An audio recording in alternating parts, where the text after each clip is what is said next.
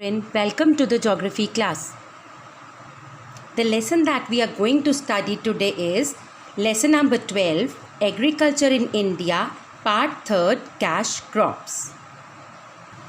But before proceeding, let us go through its various objectives. Objectives of the lesson.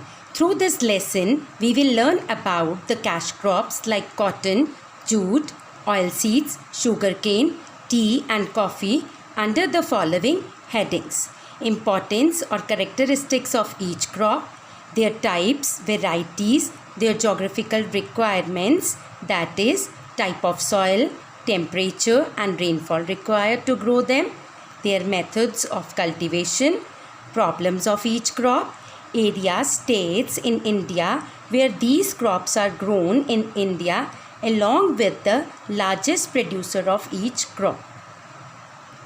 In the previous video, you have already learned about cotton, a rabi and kharif crop with the following objectives: characteristics of cotton, its types, varieties, the type of soil in which it is grown, its climatic requirements, that is, its temperature and rainfall, its method of cultivation and harvesting, problems of cotton cultivation, diseases that attack the cotton plant, its processing, its main uses, area, states where it is grown in India.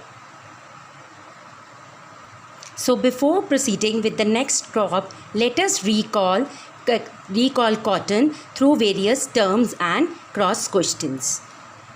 Number 1, rabi crops, kharif crops, cotton balls, long staple cotton, broadcasting, drilling, fertilizers and ginning. Let us go through its cross questions. What type of crop is cotton? Name the different varieties of cotton. Which is the best variety and why? Name some states in India that produces long staple cotton. List the climatic conditions that favor the growth of cotton. When is cotton crop sown and harvested in Punjab and Haryana? Mention any 4 problems of cotton cultivation. Mention some uses of cotton. Name some states where cotton is grown in India. Which state amongst them is the largest producer of cotton in India? Now our topic for the day is jute. That is, we are going to discuss page number 225. Now children, open your book on page number 225. Jute crop. Objective of the topic: to know about the importance of jute, to understand its various types or varieties, to know about the soil in which jute can be cultivated, to study its climatic requirements, that is, the temperature and rainfall required to cultivate it, to understand its method of cultivation. But now let us go through the technical terms which will be covered in the topic. Number 1, fiber. Fiber is a thread or filament from which textile is formed. Cash crops. Cash crops are the crops grown mainly for sale in the market with the object of making profit. Looms. Looms is a mixture of sand and clay. Sandy loom. Sandy loom is a loom consisting of less than 7% clay, less than 50% silt and between 43 to 50% sand. Now clay loom. Clay loom is a fine texture soil. It contains 60% clay and 10% sand. Silt. Silt is a mixture of sand and clay brought down or deposited by the rivers. Tropical, an area between 23.5 degree north and south latitudes. Relative humidity. Relative humidity is the ratio between the actual amount of water vapor present in the air to the amount of water vapor that the air can hold at a given temperature. Now let us discuss jute. Jute is the second important cash crop after cotton in India. It is in great demand because of its cheapness, that is, it is a low price crop. Softness, that is, it can be easily molded, cut, compressed or folded. Strength, that is, its state of being strong. Its length, luster, that is shine. Uniformity of its fiber, that is equality of its length. It is also called as the golden fiber and the brown paper bag of the wholesale trade due to its certain features. Being a cash crop, it is the major source of foreign exchange in India. It has two main varieties in India, that is white jute and toss jute. Light sandy or clay loam is best suited for its growth. It needs high temperature, high humidity and heavy rainfall for its growth. It is mostly cultivated by broadcasting or dibbling methods. Now let us start up with the reading of jute. Next to cotton, jute is the second important fiber, that is thread from which textile is formed, crop of India.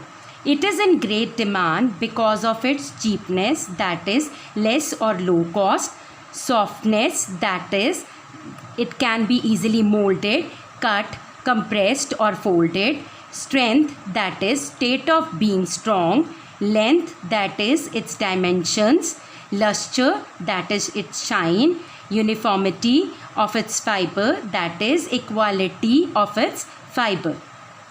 Because of its versatile nature, of its color, it is called as the golden fiber. Also it is called as the golden fiber because of its golden color. Versatile nature of its color means that it is used for a variety of articles such as gunny bags, ropes, upholstery strings, that is scrolls used in making sofas, carpets, rugs, that is old cloth torn from a larger piece, tarpaulins and decoration pieces. It is also known as brown paper bag of wholesale trade, as until recently its sacks were used for packaging rice, wheat, sugar, pulses, cement and fertilizers. It is very important as a cash crop as its products earn a lot of foreign exchange for India. That is, India earns a lot of money by exporting the jute products.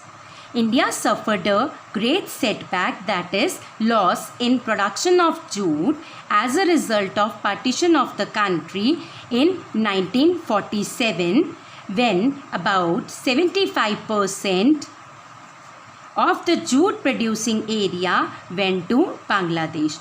Due to this, the jute production areas went to Bangladesh, but the Indian industries remained in India, so they got a shortage of raw material, due to which they suffered a great setback or heavy losses. Fortunately, only production of raw jute suffered, as most of the jute mills remained in India. Now let us go through its types and varieties. There are two varieties of jute grown in India. One, called as white jute, is mostly grown in deltas, that is a triangular piece of land formed at the mouth of a river, and lowlands, that is plains. The other variety, called toss jute, cannot withstand, that is to bear or to face flood. Hence it is grown only on uplands, that is hills. It has branches only on top, and the fiber, that is thread, is in the inner bark is soft, long and strong. Now let us go through the soils which are required for the growth of jute. Light sandy or clay looms are considered to be best suited for growing jute. Here sandy loam is a loam consisting of less than 7% clay, less than 50% silt, and between 43 and 50% sand. While clay loam is a fine texture soil which contains 60% clay and 10% sand. Hence, it grows well in the floodplains, that is, the plains which are flooded by the rivers, and river deltas, that is, the deltas which are formed by the rivers at their mouth. Rich in alluvial soils, that is, the soil which is formed by the sediments deposited by the rivers. Since jute rapidly, that is, quickly exhausts, that is, to end the fertility of the soil, it is necessary that the soils are replenished, that is, renewed annually or yearly by the silt-laden, that is, full of mixture of sand and clay, flood waters of the river. Now let us go through the climatic requirements for jute. First climatic requirement is temperature. Jute is a tropical crop, that is, it can be grown between 23.5 degree north and south latitudes and requires high temperature between 24 degrees Celsius to 35 degrees Celsius. Second important climatic requirement is its rainfall. Jute needs high relative humidity, that is, the ratio between the actual amount of water vapor present in the air to the amount of the water vapor that the air can hold at a given temperature of 80 to 90% at the time of its growth. It needs a heavy rainfall of 170 cm to 200 cm. Incessant, that is, continuous. Continuous and untimely rainfall as well as prolonged drought condition, that is, shortage of water for a long time, are injurious, that is, dangerous to the plant.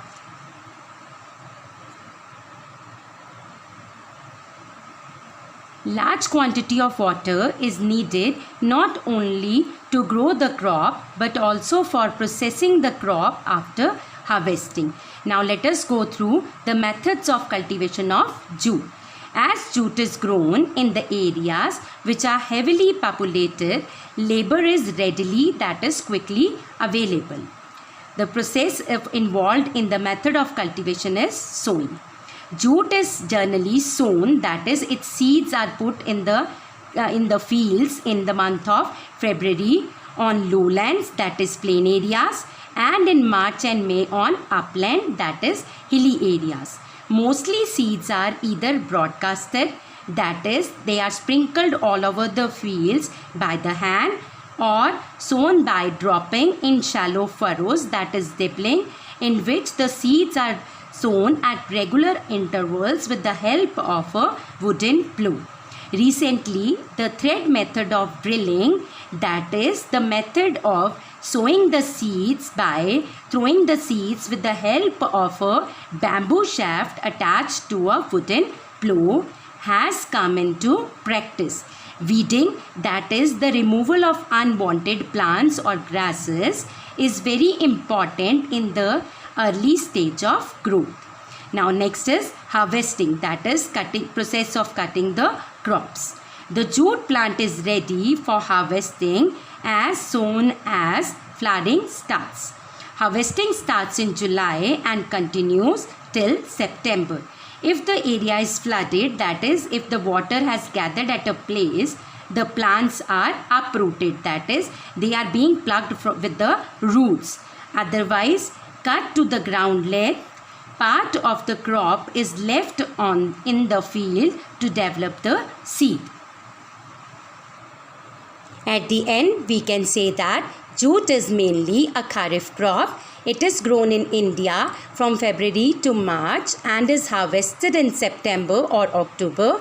It grows well in light, sandy or clay loam and fertile alluvial soils of Ganga Brahmaputra Delta under hot and humid climate with a rainfall of about 170 to 200 centimeters.